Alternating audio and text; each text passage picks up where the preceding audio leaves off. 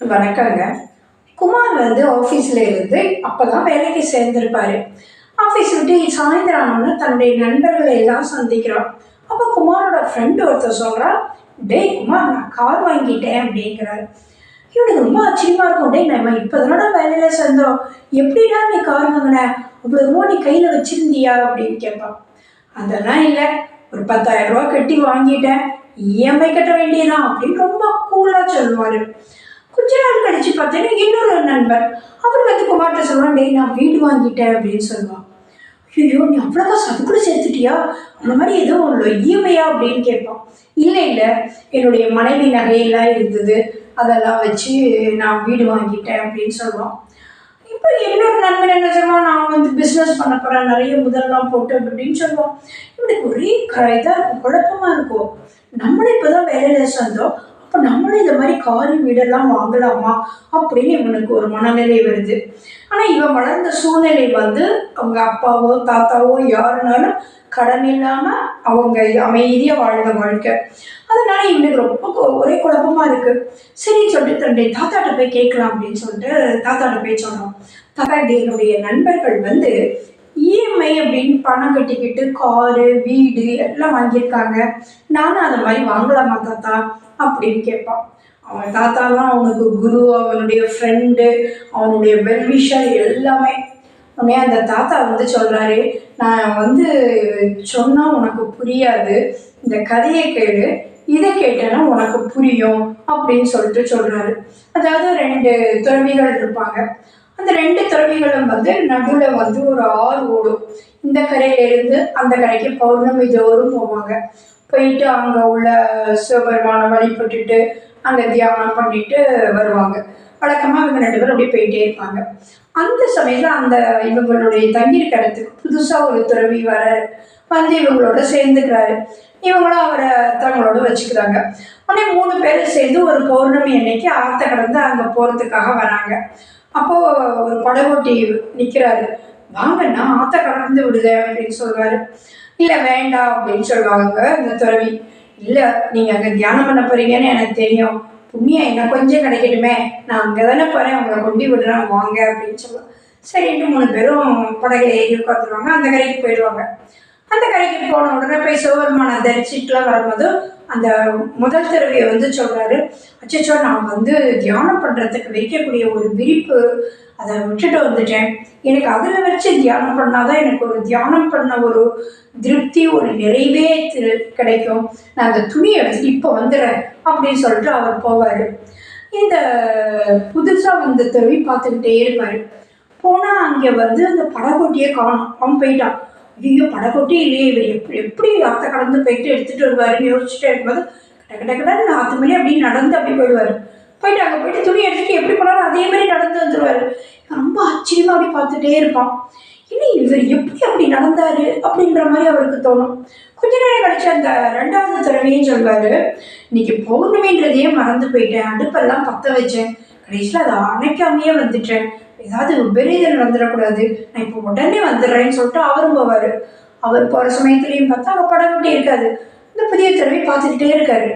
படகுட்டி இல்லை, அவர் பண்ண அப்படியே தண்ணியில் அப்படி மேலே ஆற்ற அப்படி ஆற்று மேலே அப்படி நடந்து போனார். போயிட்டு தான் வேலையை முடிச்சுட்டு திரும்பி வந்துட்டாரு. இவருக்கு ரொம்ப ஆச்சரியமாக இருக்கும், எப்படி இவங்க அப்படி ஆற்று மாதிரி அப்படி நடந்தாங்க அப்படின்னு சொல்லிட்டே இருக்கும்போது மழை பெய்யுது. உடனே நம்மளும் துணியை வெளியில் காய வச்சோம், நம்மளும் போய் துணியை கொண்டு போய் எடுத்துகிட்டு வந்துடுவோம் அப்படின்னு சொல்லிட்டு இவங்க 2 பேர்ட்டையும் சொல்லிட்டு அந்த புதிய துறவி போகிறார். போய் ஆற்றுக்கரைக்கு போகிறாரு. அதே மாதிரி படகோட்டி இல்லை, 2 பேரும் ஆற்றுல நடந்தாங்க. நம்மளும் துறவி, நம்மளும் இவ்வளோ நேரம் தியானம்லாம் பண்ணுறோம், கடவுள் அவங்களுக்கு சக்தியை கொடுத்த மாதிரி நமக்கு கொடுக்காமையே இருக்க போகிறாரு அப்படின்னு சொல்லிட்டு இந்த துறவி நடக்க தொடங்குறாரு. அப்படி ஆற்றுல அப்படி காலை வச்சதை தொகுப்புக்குள்ள விழுந்துருவார்.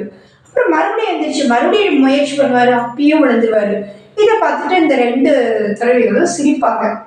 அப்போ இந்த குமார் அவங்க தாத்தாட்ட கேட்குறான், ஏன் தாத்தா, அவங்களுக்கு மட்டும்தான் கடவுள் அந்த சக்தியை கொடுத்தாரா, இந்த புதிய துறவிக்கு கொடுக்கலையா, ஏன் அவனால் நடக்க முடியல அப்படின்னு கேட்டாராம்.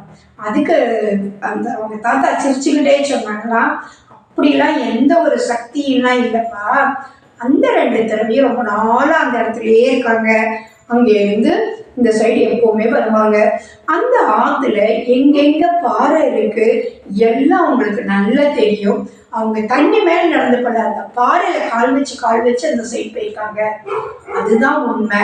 ஆனா இவருக்கு அது தெரியல அப்படின்னு சொல்லிட்டு, இதே மாதிரிதான்ப்பா நீ வீடு வாங்கணும் கார் வாங்கணும்னு சொல்லி வாங்கினேன்னா அந்த இஎம்ஐ கதையும் அவங்கெல்லாம் வாங்கினாங்கன்னா அவங்களுக்கு இந்த பாறைகளை மிதிச்சு அந்த ஆற்ற கடக்கிறதுக்கு ஒரு சந்தர்ப்பம் இருக்கிற மாதிரி அவங்க வாழ்க்கையிலும் வேற ஒருத்தர் சம்பாதிச்சு கொடுக்கலாம். அவருடைய சம்பளம் அந்த வீட்டிற்கு அவ்வளவு தேவைப்படாமல் இருக்கலாம். முன்னோர்களுடைய சொத்து சமம் இருக்கலாம். இல்லை அம்பானி அவங்கெல்லாம் பெரிய பெரியவங்களாம் கடன் வாங்கினாலும் அவங்க இந்த பாறைகள் மாதிரி அவங்களுக்கு உதவி செய்யக்கூடிய நிறைய சாதகங்கள்லாம் இருக்கு. அதனால தான் அவங்க கடன் வாங்குறாங்க. இஎம்ஐ அப்படின்றது இந்த மிடில் கிளாஸ் ஃபேமிலிக்கு அது ஒரு ரொம்ப கஷ்டம். அது குடும்பமானவரை நம்ம இஎம்ஐக்கு பொருள் வாங்கக்கூடாது. இப்போ நம்ம ஒரு கார் வாங்கணும்னா அது ஒரு 50% கையில் பணத்தை வச்சுட்டு தான் வாங்கணும்.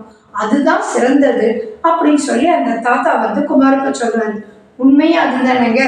ஒரு 8 லட்சத்துக்கு கார் வாங்குறோம்னா ஒரு 4 லட்சமாவது கையில இருந்தா வாங்கினோம்னா அப்புறம் இஎம்ஐ கட்டுறது ரொம்ப கூட தெரியாது. எது தேவையோ அந்த பொருட்களை அவசியம் என்றால் மட்டும்தான் வாங்கினா இது. இப்போ வாரன் பப்பட் அப்படின்னு இருக்கிறாரு. அவர் காரே வச்சுக்கலையாங்க. அவர் கேட்டா காரைங்க 10 லட்சம் 20 லட்சம் கொடுத்து கார் வாங்கி வீட்டு வாசல்லே நிப்பாட்டி இருக்கணும். அதுக்கு ஒரு டிரைவர் போடணும். நம்மளுக்கு இப்போ எல்லா இடத்துலையும் ஓலோ ஆட்டோ எல்லா வசதிகளும் இருக்கு.